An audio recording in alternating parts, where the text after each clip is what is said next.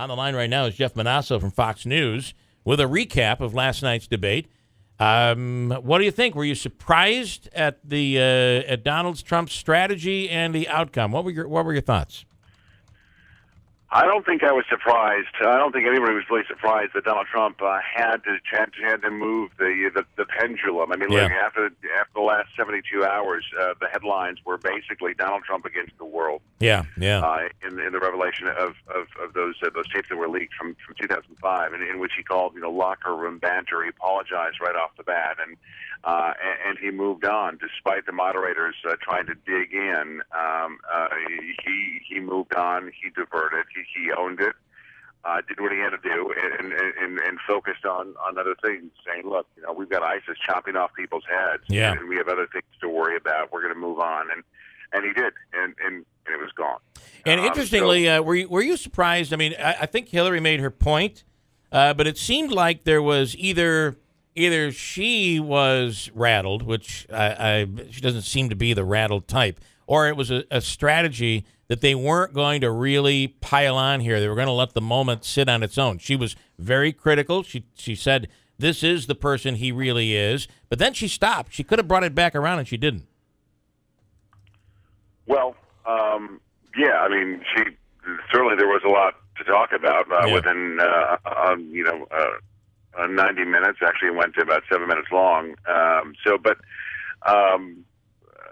She could have kept on topic, but I think Donald Trump, we saw it last night, exactly what he was going to do. He was going to again take responsibility, take ownership, and then move on. And we saw that when the debate moderators tried to pounce and kept digging and digging and digging on that one topic that everybody's talking about days prior.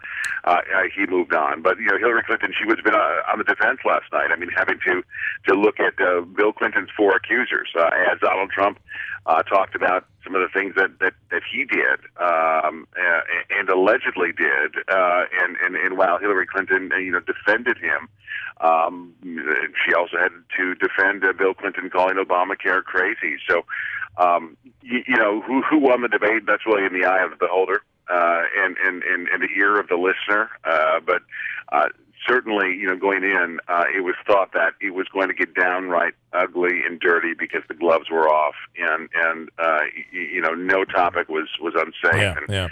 But look, Donald Trump did what he needed to do to move on. It seemed to, at the very least, on the surface, looks like he stopped the bleeding. It'll be interesting to see what happens today. But I know you're not one to want to criticize the moderators, but I want to ask you, did it not seem that at one point the woman, what's her name again? Martha Raddatz. Yeah. I was glad to see that she was there on Hillary's debate team at one point, literally debating him on Syrian policy. I couldn't believe that happened last night. Well, she if anybody's an expert on Syria and foreign policy, it is Martha Raddatz.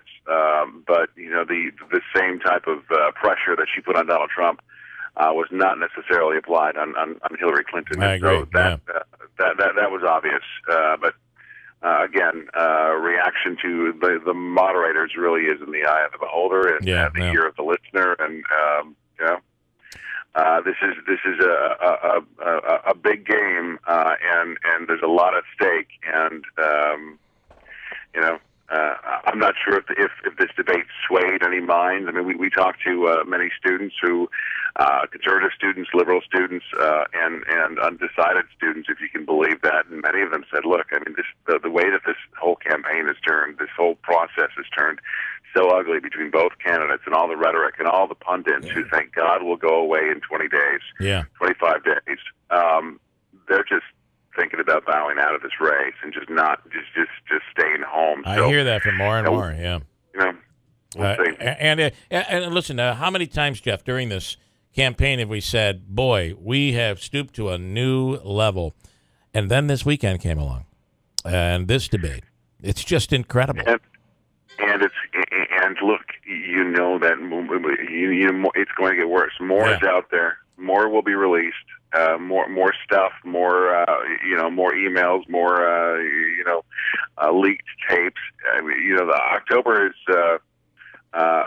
there are more October surprises to be had, so we await that stuff. And finally, this is the Trump that we talked about that should have been in debate number one. In terms of debating skills, Donald Trump was on his game last night. Yeah, he was. Again, debate number one, he didn't necessarily seem practice. Everything from his disposition, his body movement, his body language, to being, caught off guard by Hillary's attacks, which they knew were coming, but yet she was able to get under his skin. Last night he was much more poised, much more reserved, and that the breathing thing came up. The debate number one, where he was kind of breathing heavy, he blamed it on the mic, and I did it again last night. Yeah, I noticed that. Yep. My thought is maybe that's just his. Maybe we're going to see that more often as. When Donald Trump gets ticked off, that's just kind of his thing, where he's kind of bringing it. Maybe that's a sign that he's ticked off. But I don't know. Just a thought of the cartoon bull with smoke coming out of the nostrils just came to my mind. Yeah. I mean, maybe that's what we're talking about. He gets angry and it's breathing. We've got somebody on our air who, when he gets angry, he does that too, where he's got this breathing pattern. And I picked up on that a long time ago, and it's kind of like sounded like Donald Trump's breathing pattern when he gets in the debate and Hillary starts attacking. So I don't know. It's just it is what it observation. Is. Probably means nothing, but